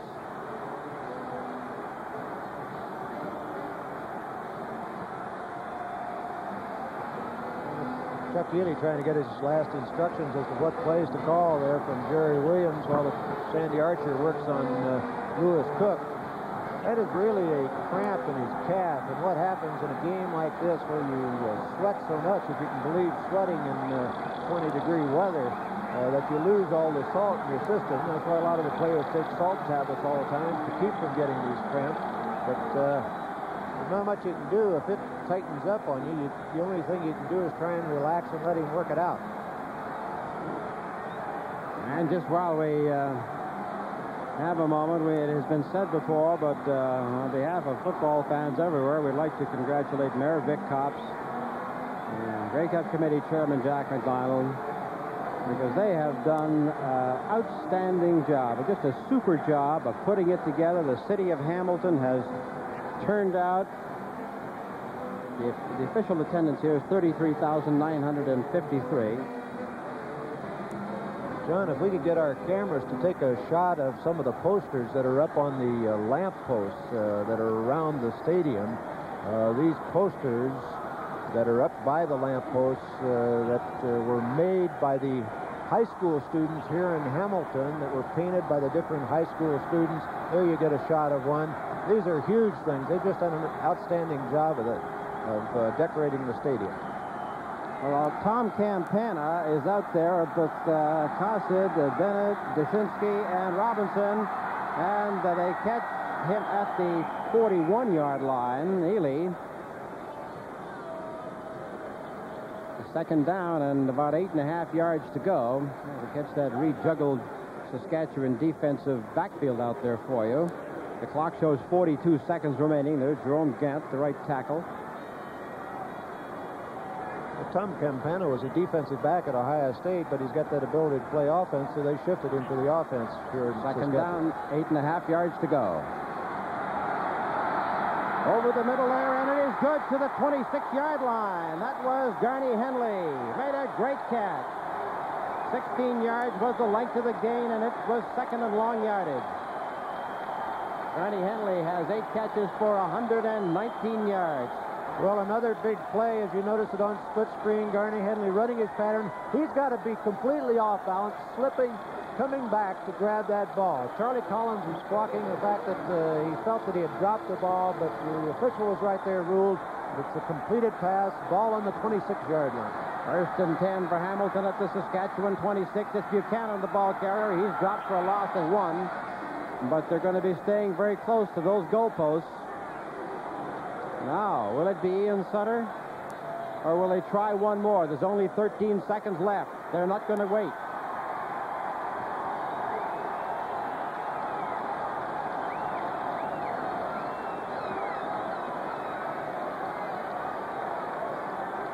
this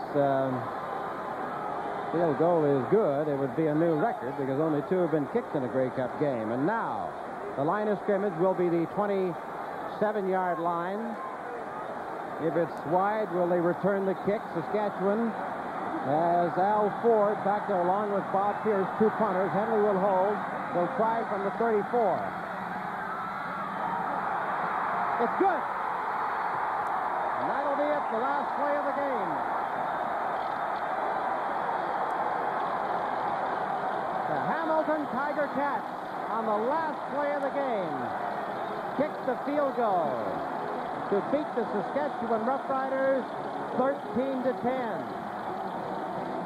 Young Ian Sutter, the pride of Dundee, Scotland, has been under tremendous pressure all year, came through under tremendous pressure again, and kicked the field goal to make it 5 straight Grey Cup wins for Hamilton over Saskatchewan. And what a heartbreaking end for Saskatchewan, what a glorious end for the Hamilton Tiger Cats. The 2 teams that started the season here on July the 31st have ended it here on December the 3rd. And one of the most thrilling Grey Cup games that we've ever had the privilege of attending. Well, Bob, just an outstanding job by Ian Sutter. Certainly it was set up by some great plays by the whole Hamilton Tiger Cat offense and defense, and you summed it up very well. I thought Saskatchewan certainly doesn't have to hang their head.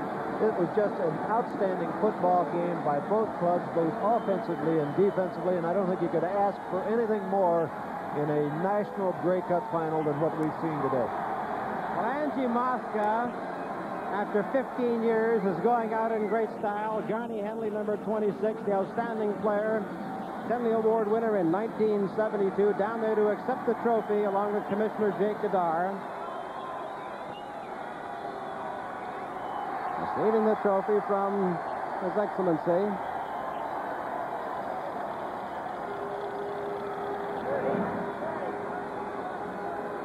Down there with him is the general manager, Ralph Sazio. Ernie Afghanis is down there to try to catch a word with him.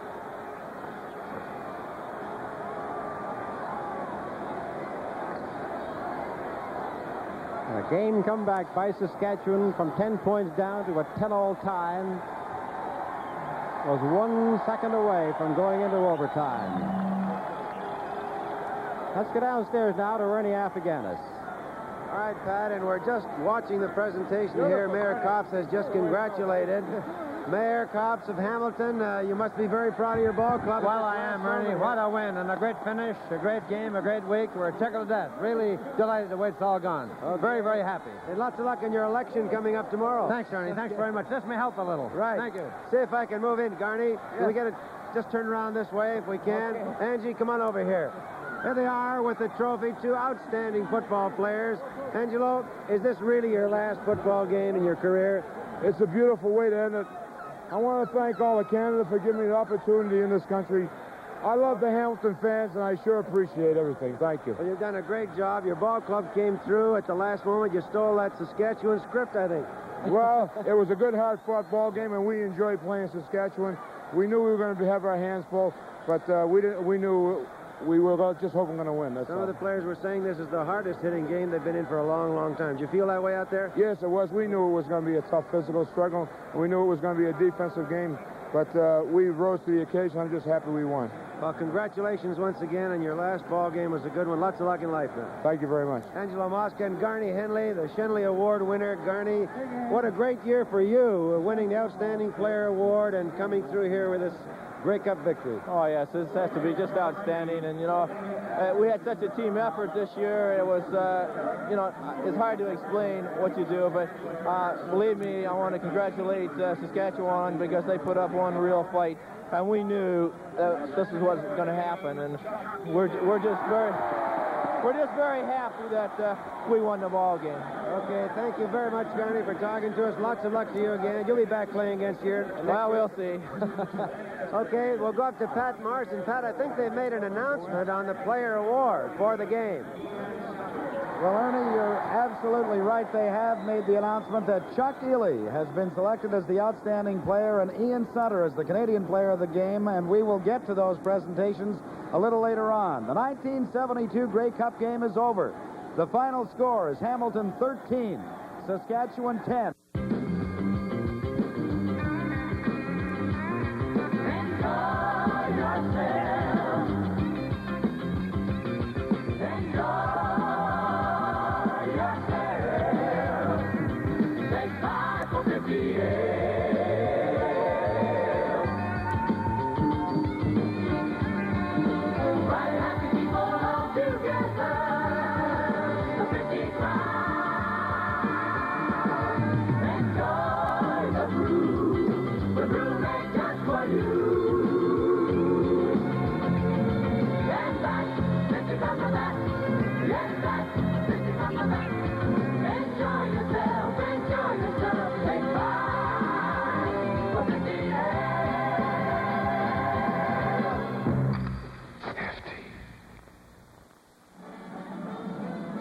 You can see a very happy band of Hamilton Ticats. Angelo Mosca helps the cameraman up, and I'll tell you, you will see a lot of football games probably in the next number of years. You won't find any more exciting, despite the fact that it was a very low-scoring ball game.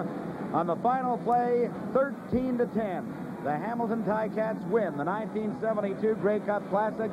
And boy, I'll tell you, from the opening kickoff till the final moments, this was as close as that score would indicate. It was 10-0 for Hamilton.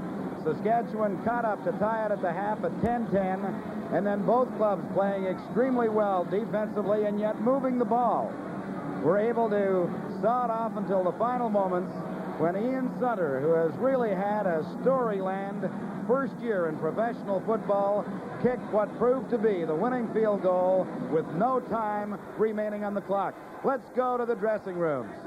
We got it, man! Down here in the dressing room is a wild scene with Angie Mosca, the longtime veteran of the Hamilton Tiger Cats, and Garney Henley. That's bringing in the Grey Cup. Garney Henley, come up here for a minute. Come on up here. There we are. Can you make it up, Garney? All right, that last couple of seconds there, Garney, when you caught that last pass, it almost got to the artificial turf. Practically. I had it just in my left hand pretty good, and it just about got away, but I had it. This caps a great season for Garney Henley and the Hamilton Tiger Cats. This caps a great season for the Hamilton Tiger Cats. You know, it has to be great for myself, but believe me, I'm most happy with what we got today. Dave Fleming, as we came down the runway to the dressing room, said, man, those guys don't want to be beaten. That's right, exactly. We knew this before the game, but, you know, all the years that I've played Saskatchewan, you know, until that gun goes, you've got to be in there, otherwise they're going to beat you. Okay, Garney, right. Once again, congratulations. Thank you. Trying to get Angela Mosca. Where's Angie? Angie. We'll get him up here. Certainly Bedlam here. We're still waiting to find out the 1972 winner of the Labatt Most Valuable Player Award and also the 1972 winner of the Dick Suderman Award. And we're trying to get some of the victorious Hamilton Tiger Cats to drop us. Angie, drop by over here to say hi. Gordy Christian for you, John. Here you are. Gordy. Hi. There you are. You can talk to John here. Okay. Go ahead. There you are. Go on. Great game. Hard fought out there all the way, Gordy. Just great to win. We had a little trouble out there today, but we ironed it all out. We're the champions of the East, and now we're the champions of the whole Canada. And we're going to take the States on someday, too, and be world champions. Gord, Dave Fleming was telling us just as we came into the dressing room, one of the hardest fought football games that is imaginable. Certainly was. The guys out there were just hitting. And I don't know, our guys just seem to stick it in there and just keep winning, that's all. What were your feelings late in the game, Gord, coming into that 10-10 tie at that point, the Rough Riders starting to move, and then you came back with that couple of big plays there to Gabriel? Well, Chuck hadn't hit him all day, and he was wide open all day. And as soon as he started hitting them, as soon as he passed midfield, we knew we won the game. It was either a field goal or we're going to punt it out of the end zone. Okay, thanks very much, Gord Christian. Bob Moyer. Mr. Olino Labatt to make the presentation of the game's outstanding player. Chuck Ely, the winner of the Outstanding Player Award for 1972, and Mr. Bruce Elliott from Labatt's, the president of Labatt's, Ontario, to make the presentation. Bruce? Chuck, congratulations on Thank you very behalf of much. Labatt's and football fans across Canada. Tremendous game.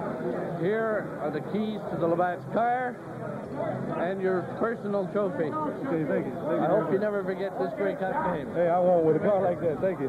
Thank you Thanks very much, Mr. Elliott. Chuck, a great football game out there this afternoon. Hard hitting all the way. All the way. They played some pretty good defense on us, and we played some good defense on them, so it was a tough game all the way. Chuck, you went to Gabriel very late in the football game for some key receptions, key plays. Yeah, I think we were just saving it for the end of the game. It was all planned, was it, Chuck? Yeah. Listen, you've had just a great year, your debut to Canadian football.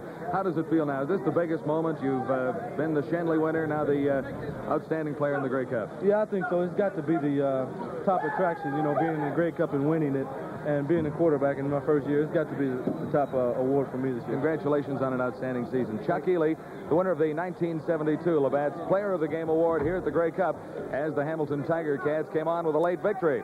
Looking for Bob Moyer, and coming up for the Canadian Pacific Dick Siderman Award. Bob? All right, John, thanks very much. And we have Mr. J.C. Kilmer, the president of CP Airlines, to present the Dick Siderman Award to the man who kicked the winning field goal in center. Well, that's a very easy thing today, to be extremely sincere and offer warmest congratulations, not only to your team, but to you. That last pressure kick must have been really something, so. Well, I didn't really feel the pressure was that much.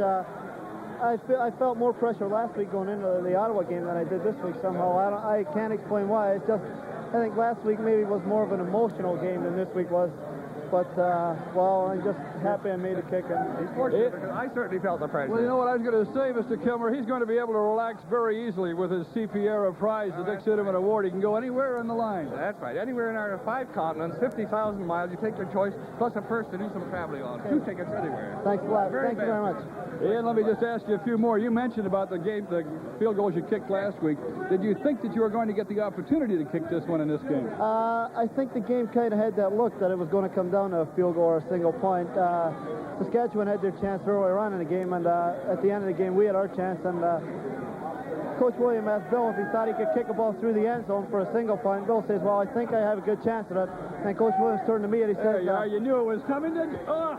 Coach Williams turned to me and he says, how do you feel? I says, well, I think I can make it. So he says, okay, go ahead. You know what? That stuff stings when it gets in the eyes, doesn't it? Okay, Ian, congratulations. Once again, I'm winning the CP Award. All right, now, just before we go on with more players, let's go back up to Pat Marsden while we dry off.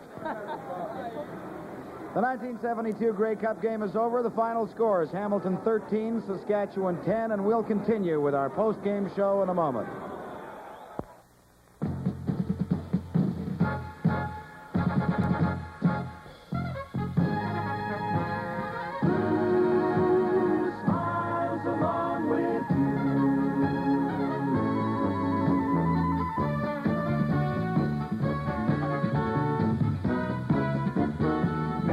From the back.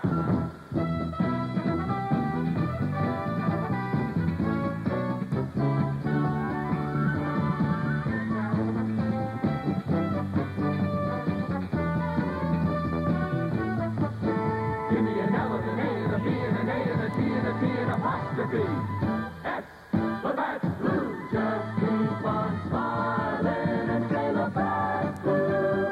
Blue smiles along with you. Labatt's Blue.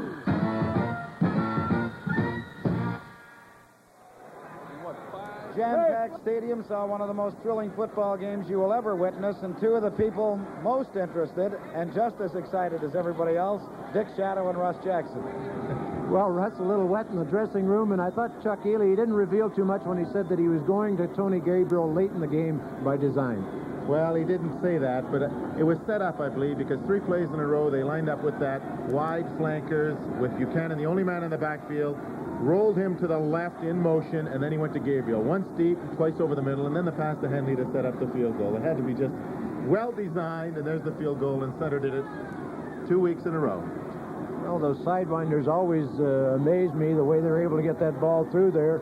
A real pressure kick, which Ian Sunner said didn't bother him too much. Just lays it up there, aims it for the right crossbar, lets it bend in a little bit, And that's the end for the Saskatchewan Roughriders this year. And it was that type of ball game all day, though, Dick. It was just one of those games where the defense was doing the job, and it was going to who was going to get that 3 points or single point to win the ball game. You're right. Well, let's go back downstairs to more activity in the dressing room. All right, let's all get a swig on this stuff. Well, we're back in the dressing room here as the Hamilton Tiger Cats, Fleming and Mosca, are into a little champagne out of the Grey Cups. Dave, congratulations. An excellent victory out there today. Thank you. I'll tell you what. We deserved it, but so did they. They was tough son of bitches out there. You can't take nothing from them. They came to play from the West. Is this the last one? Well, by the grace of God, I don't know if he wrote the script for me, but I know it's my last one. I said it was my last one earlier on in the year, and I'm just happy. And I share all the thoughts of 31 other guys if you don't get to talk to them. Angie, when you came up here, you made sure the guy beside you came up, Gary Inski. Why? Well, he's my buddy, you know. I have a lot of feeling for these guys. And before the ball game today, I saw a sign. Thank you and goodbye, Angie. I appreciate everything that people have given me in Canada. Thank you. Angie, you've done great for Canadian football, and I'll tell you, you've certainly made it a colorful sport and a very, very popular sport. You've helped to make it, and we've appreciated it all the way. Was it 9 Grey Cup finals? This is my 9th one, and I just thank everybody and everything and give me the opportunity to play Canadian professional football, and I just thank everybody. Gary, what's it like playing next to a guy like this? There's only one horse, and I love him. And it's just remarkable that, I don't know, today when Ange and I was doing warm-ups, you know, it's just an emotional thing to see this with goodbye and thanks to Ange, and it just makes you want to try to win for, you know, for one guy. Dave, can one guy be the big leader like this? Oh, yeah, I think he is. When I first come here in 65, he was a leader, and he's still a leader. I was his roommate for 8 years. I don't want to do without him now. Okay, Dave. In the dens of iniquity. I know where it's at. Oh, Johnny, I've got Tony Gabriel there. over here, and Tony had caught some big passes when it really counted near the end of the game. Thanks, John. Hold on a second, will you? Hey, get those guys off. I got a toad here. John, this is my first Grey Cup. A tribute has to be made to all the ball players and the coaches this year. It's just been great. And in those dying minutes when you have a winner like Chuck Ely come through, he's watches the deep safeties and seeing that, and they're playing the wide receivers, Garney Hanley and Tommy Ducati, who had great games. Playing them deep could hit me underneath, and I'm just glad that I could help bring this to us. 32 ball players, one heck of a team. Tony, congratulations on a great game and an excellent season. Now let's go back upstairs. Here's Pat Marsden. And needless to say, a very happy band of Hamilton Ticats. The 1972 Grey Cup game is over. The final score is Hamilton 13, Saskatchewan 10. We'll continue with our post-game show in a moment.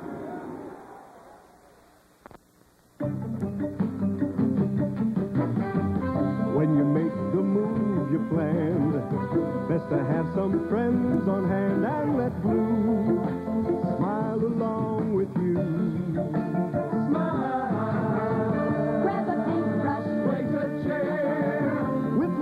The fun is there, and Blue smiles along with you.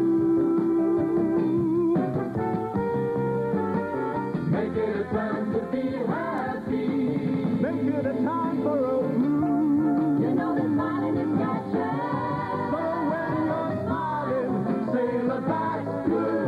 Blue smiles along with you. When you make the move you plan, best to have some blue on hand. Blue, blue, blue, blue, blue, blue, blue, Labatt's Blue. Well, Ernie, old buddy, in Western parlance, this could be called the barn burner. Well, I'll tell you, I thought that when Saskatchewan had the ball in the dying moments, they were going to pull the same stunt they pulled in the West for quite a few seasons now. But Hamilton turned right around and pulled it on them. So I guess Saskatchewan can't be too much about it. They put up a tremendous football game. I thought the way the game started, it would be a runaway score, maybe 30-28, but defense was outstanding at times. And you know what's funny? When you look at football games, of course, at this time of the year, you look at quarterbacks, and you have two contrasting styles today, and yet both were just truly outstanding. I mean, that pass that Lancaster threw to Pierce that almost broke it open in the final few moments. He had slipped to the turf, got up, threw it beautifully, and it looked like he might go all the way. Well, as a matter of fact, I was standing with Frank Rickney. He says, uh-oh, they've done it again. And he almost did get away, as you said. But quarterbacking, when you look at a young man like Chuck Ely in his first Grey Cup, his first real season of professional football, He's an amazing young man. I'm just wondering what he will do to the CFL in the near future. Well, I don't think there's any question. And speaking with Russ, he said, you know, he really is amazing for being just a rookie in the league. He has some things to learn, but boy, I'll tell you, he has learned an awful lot in the last 10 ball games. And he's tough. He took some very hard hits down there. As a matter of fact, he took one just in front of us. I didn't think he'd get up, but he's strong, good runner, and pretty good head.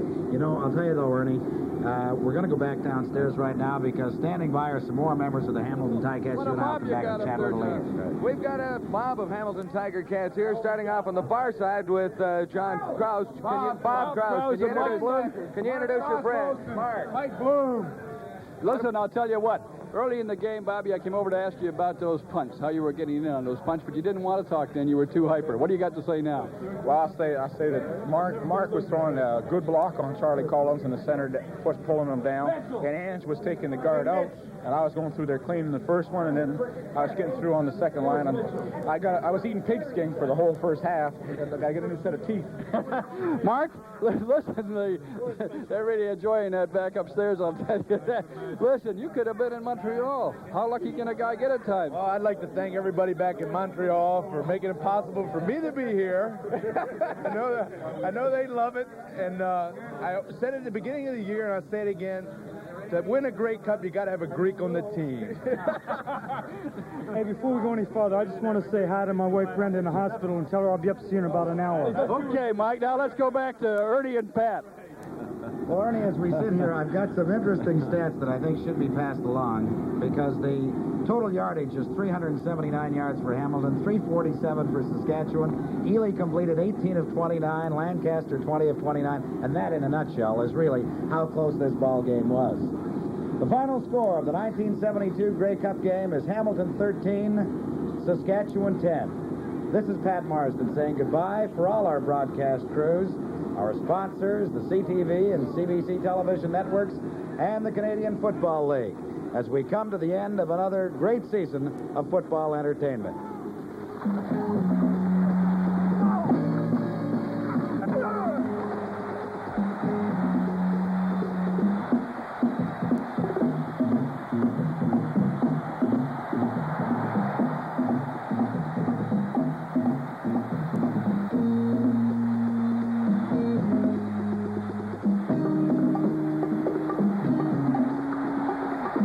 Canadian Professional Football.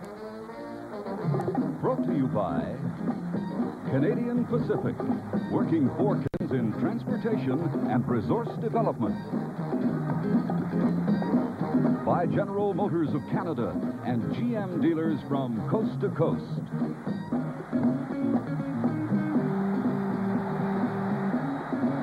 By Electra Home, a Canadian tradition for excellence in home entertainment products. By Old Port, Canada's most famous cigars. By Labatt's Breweries of Canada Limited, brewers of Labatt's 50 and Labatt's Blue. Across Canada, beer at its best.